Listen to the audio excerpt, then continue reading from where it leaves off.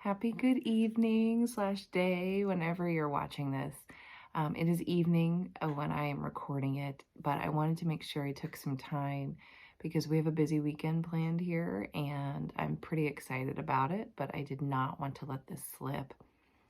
I am Brienne, owner and founder of Zenful Mindings, and this week I wanted to spend some time talking about this inner monologue that we keep with ourselves and where this comes from. um, like really, where does it come from? How we keep feeding it and what we can do to maybe reclaim or reharness that a little bit. So a lot of times, if you really listen to your inner monologue, a lot of what it's talking about are these fearful thoughts, right? Or these insecure thoughts. When it comes to a yoga practice, I often hear or see these things in my own practice or in other people's practice that I work with come about when they just even fear stepping into a yoga class or trying yoga. Um, we hear things like, I am not flexible enough, or I'm not in shape enough, or my body doesn't move like that, or I'll probably make a fool out of myself. Or it might even be if for someone who already has a yoga practice, that they don't want to try certain postures or even try to, my cat, build into one because it can be very scary.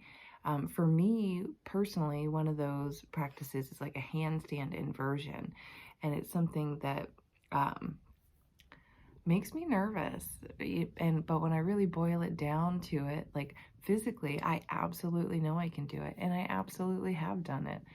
But every time I go to practice it, it seems it seems that that inner monologue starts talking, and I literally pause too often and kind of talk myself out of feeling courageous about it.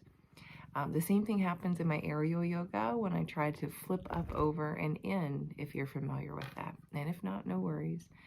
But those are like my own personal things that I am combating with. And I've really honestly been coping slash dealing with that for years now.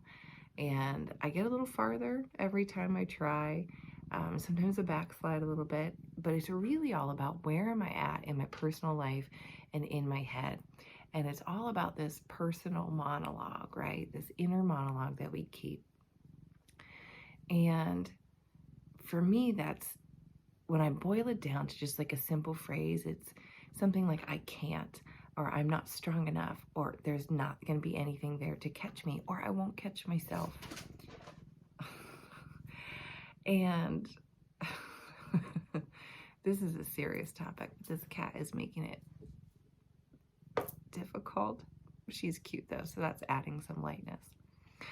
But anyway, when I boil it down, like those are things that are phrases that I have heard throughout my entire life from one source or another. And they're conversations then that because I have had them my whole life, or had them had to me, I keep perpetuating. They are ingrained in there. It's sort of like a dogma from stop, this is not the time. A dogma from when I was a little kid in some other different respects. And I read one time that, and it really stuck with me, that our children's inner monologues come from us as parents and as caregivers and as authority figures. And that's what sticks with them. So when they're hearing that, when they're growing up and when they get to be adults, we have a lot to do with that right now.